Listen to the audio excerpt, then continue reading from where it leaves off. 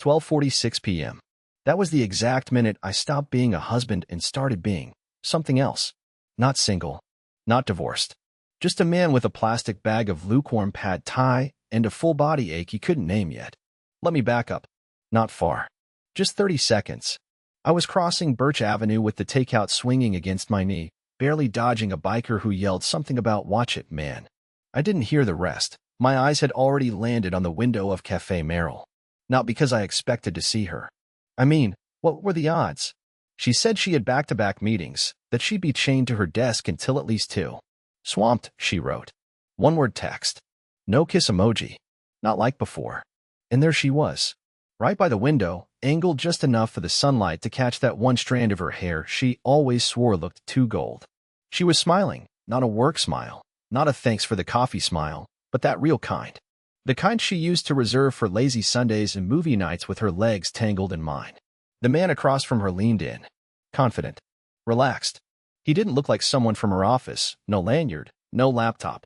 Just a watch that cost more than my monthly car payment and a mouth that knew exactly how to make her laugh. And she was laughing. That was the first straw. Her laugh. Loud. Honest. A sound I hadn't heard aimed at me in months.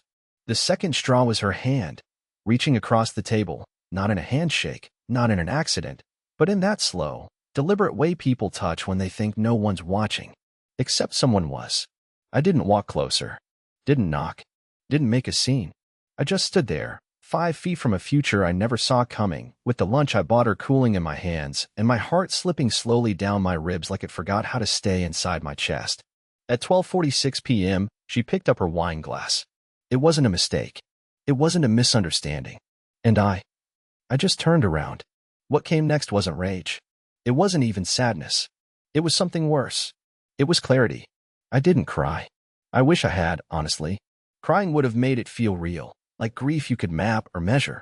Instead, I sat in my car 2 blocks away with the engine off, one hand still gripping the lunch bag and the other wrapped around the steering wheel as if it could anchor me to something that wasn't unraveling. I didn't even roll the windows down. I just stared ahead at the cracked windshield like it was a TV screen, and I was waiting for the next episode of someone else's life. My phone buzzed around 1:04 p.m., a message from Lena. Hope your day's going okay. I'll be home late. Big client update ran long, persevering face dot. I stared at it for a while. That little grimacing face emoji, that was what she thought would buy her cover? I wanted to throw the phone across the car. Instead, I put it face down on the passenger seat and laughed. Not a sane laugh, a short, dry one that sounded like it came from someone older, someone more broken than me. The pad thai was still sitting on my lap. I opened it, took a forkful, chewed, and immediately spit it into a napkin. Cold and sticky, it tasted like betrayal, like shrimp soaked in lies. I dumped the entire container into the trash bin beside the gas station before I even left the lot. I didn't want it. I didn't want anything that reminded me I had tried today, that I had believed, just for a moment, that kindness could still fix something. The rest of the day blurred. I drove around the neighborhood like a ghost, passing the library where Lena and I used to spend Sunday afternoons pretending to read, and the small farmer's market where she once held up a beet and declared she'd master borscht. Spoiler, she never tried. I drove past those places like they weren't mine anymore, like I was trespassing on old memories I hadn't earned. By the time I got home, it was almost 5. The apartment felt colder than usual, even with the sun bleeding through the curtains. I looked around and realized how many things had her fingerprints, her stack of unread fashion magazines on the coffee table, her half-full tea mug by the sink, the cardigan thrown over the back of my chair. It didn't feel like home. It felt like a showroom of a marriage staged for guests who stopped coming years ago. I sat down on the couch, still in my work boots, and opened her laptop. I don't even know why. Curiosity? Desperation? Some pathetic attempt to prove myself wrong? She always left it open, said I was too technologically gentle to go snooping. She wasn't wrong until now. There were no passwords, no encryption. Just a dozen open tabs, most of them work-related. But then, nestled between a Google Doc and an email thread, was a calendar invite labeled Consult Lunch Joel. Joel. Not a client. Not a manager. Not a colleague I'd ever heard her mention. I clicked on it. Weekly. Thursdays. 12:30 p.m.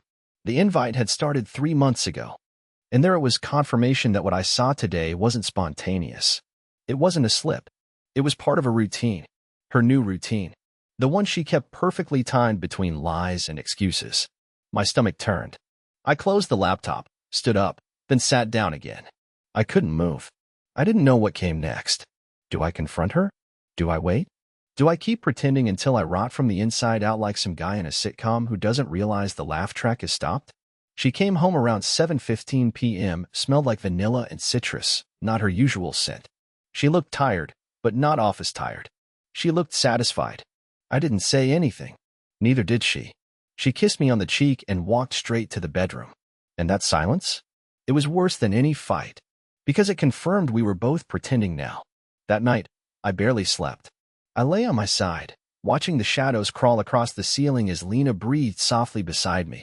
She was curled away, her back to me, just like every night for the past few months. I used to tell myself she just needed space, that the stress at work was messing with her sleep. But now I wondered if it was about something else entirely, if she had already moved her affection somewhere else, and I'd been sleeping next to the afterimage of someone who'd already left me. By morning, my chest felt like it was being gripped from the inside. My body was screaming for action, but I didn't know what kind. Should I confront her? Should I pretend nothing happened and gather more information? Should I pack a bag and leave? I wanted to do all of those things. I also wanted to do none of them. The fear of hearing her say something I couldn't unhear was stronger than any temporary relief I thought I might get from calling her out. Instead, I waited until she left for work. She kissed me quickly on the cheek, like someone punching a time card, and said, "Don't forget we have dinner with Laurel and Steve next weekend." Then she was gone, her heels clicking down the hall like nothing had cracked beneath us. I didn't go to work that day. I sat at the kitchen table, staring at the toast I burned because I forgot to pull it out in time. I thought about Joel, the man with the button-down smile. I didn't know who he was. I didn't know where he came from or how long he'd been chipping away at my marriage, but I knew his name now, and that made him real. I opened her laptop again. This time, I wasn't looking for subtle clues. I wanted something solid, something that told me I wasn't crazy. Because there's this sick part of your brain when you suspect betrayal that starts second-guessing reality. Like maybe you misread the touch. Maybe it was a work lunch. Maybe she was laughing about a spreadsheet and not someone's personal charm. But the calendar entries didn't lie. Neither did her Uber history. I found it through the browser autofill, multiple drop-offs near a place called the Wicker Lodge, a boutique hotel. Weekly patterns. Thursdays, right after lunch. It didn't take a genius to see it. I clicked deeper and found a folder on her desktop titled Conference Notes. It was filled with generic files, but tucked among them was one labeled Joel_3. My hand hesitated before double-clicking. When it opened, I expected maybe notes on a meeting or a slide deck for a presentation. Instead, it was a photo, a selfie. Her, in a hotel room mirror, wearing a silk robe I'd never seen before. Hair loose, smile wide. A man's hand, clearly not mine, visible around her waist, holding her like she belonged to him. I couldn't breathe. I don't remember standing up. I just remember the sound of the chair scraping across the floor and the weird, involuntary noise I made, somewhere between a cough and a sob. It wasn't loud, just enough to make the dog next door bark through the wall. I paced the apartment for 2 hours. I tried to call my brother, hung up after 2 rings. Thought about texting Lena, just typing out, "Who is Joel?" But what was the point? She'd lie. She was already lying. She lied with her eyes, her schedule, her emoji-filled texts. She lied while kissing my forehead and letting me fold her laundry. I didn't know what I wanted anymore. Revenge? Closure? A clean break? Mostly, I just wanted to go back. To a Tuesday when her phone buzzed and I didn't flinch. To a time when lunch was just lunch, and a smile wasn't evidence. But that day was gone. And I wasn't the man I used to be. Not anymore. I didn't confront her that night either. I know, it sounds weak. Maybe it is. But you have to understand the kind of man I am, or maybe was. Confrontation has never been my strength. I was always the one who smoothed things over. When Lena forgot anniversaries, I made excuses for her. When she didn't show up to my mom's birthday dinner, I told everyone she was sick, even though she was out at some work thing. I made peace where there was none, and convinced myself that silence was a virtue. But that night, something was different. Not in her, in me. I watched her carefully as she walked through the door, dropped her purse by the key bowl like always, and kicked off her heels. I could smell that citrus vanilla blend again, the one she never wore when she was with me. She poured herself a glass of wine. No offer to me, as usual, and flopped onto the couch with her phone glowing against her face. And I sat there at the kitchen counter, staring at her like I was seeing a ghost in my own house. 23 minutes passed. I counted. Not a word from her. So I spoke. "Who's Joel?" Her hand paused mid-scroll, and for a split second, her expression cracked. Just the smallest fracture in that carefully maintained face. Then she smiled, this casual, almost amused smile, and said, "He's a client." I nodded slowly. "Client you meet every Thursday?" She raised an eyebrow, more annoyed than alarmed. "Are you seriously checking my schedule now?" "No," I said, even though I had. "I just happened to see you. Yesterday. At Cafe Merrill." She didn't respond at first, just sipped her wine and kept her eyes on the TV, which wasn't even playing sound. "I saw you touch his hand," I added. "I saw you smile in a way I haven't seen in I don't even know how long." Finally, she sighed, like she was exhausted by me. "Look, Delbert, not everything is about some affair, okay? Joel is helping me with a very sensitive project. And yeah, we've grown close, but not in the way you're thinking. I'm under a ton of pressure, and he's been supportive. Supportive enough to rent hotel rooms together?" That was the first time she really looked at me. Not the fake look, the real one. Her mouth parted slightly, and for the first time in weeks, she wasn't in control. "You went through my laptop," she said, but her tone wasn't shocked, just disappointed. "I did." I stared right at her. "You left it open. You wanted me to see it." She didn't deny it. Didn't confirm it either. She just looked away again. "You're not even going to apologize?" I asked. "For what?" she said, and then laughed softly, bitterly. "For wanting to feel something again?" That gutted me more than any explicit confession ever could. "I'm not happy, Delbert," she said, standing up now, like she was done with the conversation. "Haven't been for a long time. You come home, you microwave your dinners, you wear the same 3 shirts, and you talk about work like it's a war. And I'm just supposed to be grateful for that." I felt myself shrinking. "You never said anything. Because I didn't want to fight. I didn't want to hurt you. But now that you know, maybe you'll understand. I didn't plan for Joel. It just happened." I sat there, unable to move. "It's not serious," she added, as if that made it better. "I haven't made any decisions. So don't go burning everything down just yet. Not serious. Just Thursdays." She went to bed without another word. Left her wine glass on the table, her phone face down like a silent witness. I stared at the back of her head through the bedroom doorway and realized I wasn't even angry. I was numb. She hadn't just betrayed me. She had studied me for years and known exactly how far she could go before I broke. But what she didn't know was that I had just started cracking. And cracks don't heal the same way twice. The next morning, I didn't speak.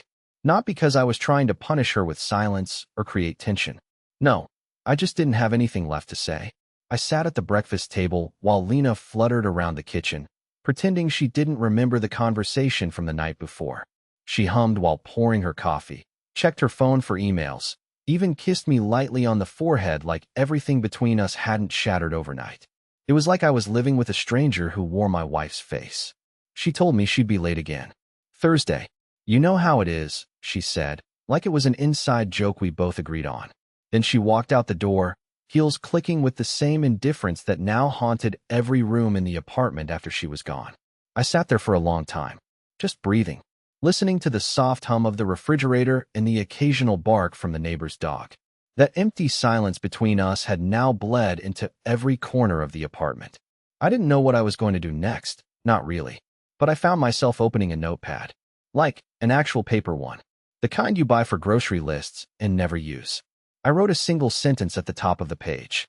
What does she think I'll do? And under it, I started listing things. Cry. Yell. Leave. Stay. Sulk. Beg. Go to therapy. Offer an open marriage. Blame myself. Forgive her. Try harder. Then I flipped the page. Wrote. What haven't I done yet? I stared at that page longer. Not because I didn't know the answer. I knew it too well. I hadn't shocked her. I hadn't shown her that I was capable of being more than just the man she tolerated. And so I started thinking. Not revenge. Not violence. But something real. Something unexpected. Something that didn't look like the pathetic version of me she thought I was. Around noon, I drove out to the Wicker Lodge. I parked across the street in the lot of a rundown flower shop and waited. I felt like a creep, sure, hiding behind a sun visor and pretending I was checking my emails, but part of me didn't care anymore. At 12:39, she arrived. She was wearing a dress I hadn't seen in months. The blue one that used to be our special occasion dress. The one she wore on our 7th anniversary when she whispered that she still got butterflies around me. Now she wore it for him. Joel arrived 5 minutes later, on foot. No hesitation, no looking around. He walked straight to her like they'd done this dozens of times. Maybe they had. They didn't go to the cafe. They didn't even pretend. They walked directly into the lodge lobby and disappeared behind the sliding glass door. And I sat there, gripping the steering wheel, not blinking. The difference between pain and numbness is subtle, but I could feel it. The numbness was colder, quieter. Like a storm had already passed, and now everything was just debris. But under that numbness, deep under it, something began to simmer. That night, I didn't say anything when she came home. She didn't either. She didn't have to. We both knew exactly where she'd been. Instead of watching TV or pretending to read, I stayed in the bedroom, staring at my phone. And I Googled something I never thought I'd search. How to disappear when no one's looking for you yet. I didn't know why I typed that. Or maybe I did. Maybe I wasn't just breaking. Maybe I was reinventing. And maybe the real surprise wasn't what she did. Maybe it was what I was about to do. The next few days were the most surreal of my life. I didn't lash out. I didn't pack my bags or throw her clothes into the hallway like a scene from a drama she'd probably mock. No, I became a shadow in my own home. Silent, steady, invisible in all the places she thought she'd find me. And that silence? It made her uncomfortable in ways shouting never could. She noticed the change, though she never acknowledged it directly. She started asking weird, casual questions like, "You okay?" And "You've been quiet lately." I'd nod. Sometimes I'd say, "Just tired." That one always worked. She never questioned exhaustion. It's the universal excuse, the perfect mask for emotional collapse. But inside, I wasn't tired. I was awake for the first time in years. I started moving my money. Quietly. Carefully. I opened a separate bank account under my name only, using an old online bank I'd signed up for years ago and forgotten about. I transferred small amounts, just enough not to raise suspicion. I created a new email address, ordered a prepaid phone. I wasn't trying to run, not yet. I was trying to build something she didn't see coming, a version of me outside of her orbit. And while I did all that, I kept watching, tracking. Thursday came again. I didn't follow her this time. I didn't need to. I already knew the schedule, the rhythm, the lies. Instead, I called the Wicker Lodge from a blocked number and asked, in my most polished voice, to be connected to room 312. I said my name was Richard, and I was trying to reach my sister. The receptionist hesitated for just a moment, then said, "I'm sorry, sir, but that room requested privacy. We're not allowed to forward calls." My stomach turned. That simple line said more than any photo ever could. That evening, I was calm when she came home. She had wine on her breath again, said she had a late meeting and was exhausted. She didn't even take off her earrings before falling asleep on the couch. I watched her for a long time. She looked peaceful, serene, even, as if she hadn't just spent part of the day in the arms of another man, behind the back of the one who gave up half his life trying to make hers easier. It wasn't just betrayal. It was how comfortable she had become with it. The next morning, I decided to change the script. I made breakfast. French toast. The kind she used to beg me for on lazy Saturdays. She blinked when she walked into the kitchen and saw the table already set. "What's this?" she asked. I smiled. "You've been working hard. Thought you deserved something nice." She hesitated, like she didn't quite know how to process kindness from me anymore. But she sat. She ate. She even smiled between bites. And I watched her like an actor learning a role. Every movement, every pause in conversation, every time she glanced at her phone. She had no idea I was memorizing her. Every detail, every expression. Not because I wanted to save our marriage, but because I wanted to know exactly what it looked like to lie with your mouth full. After breakfast, she kissed my cheek and whispered, "Thank you." That meant a lot. I nodded. She left. And 10 minutes later, I opened her laptop one more time. I didn't search for evidence. I already had all of that. I opened a new document and began writing something she never expected. A letter. Not a confession. Not a plea. A timeline. Of her affair. With dates. Photos. Screenshots. GPS logs from the app she forgot I had access to when I helped set it up last year. It wasn't vindictive. It was factual. Meticulous. When I was done, I printed it. Then I walked to our building's mailbox and dropped it into an envelope addressed to her parents, to her sister, to her boss, each one with a simple sticky note attached that read, "I thought you should know." The hardest part wasn't doing it. The hardest part was how easy it felt. It was Saturday when everything collided. I remember because there was a street fair happening a few blocks down, live jazz, kids on painted faces, food stalls with overpriced pretzels.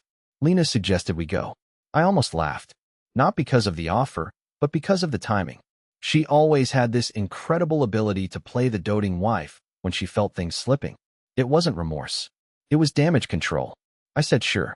We walked side by side through the crowd, sipping lemonade she bought from a teenager who called me sir and didn't make eye contact.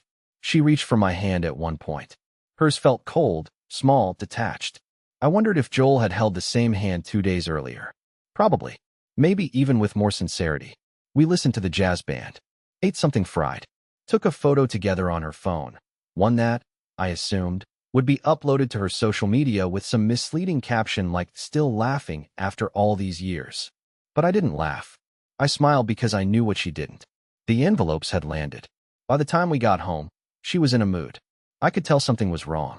She kept glancing at her phone, nervously swiping at notifications, texting more than usual. The sun hadn't even set when it started, the unraveling. "What did you do?" she asked me from across the room, voice shaking, phone in hand. She wasn't yelling. Not yet. But her tone had that tightness, the kind you only hear when a mask starts to slip.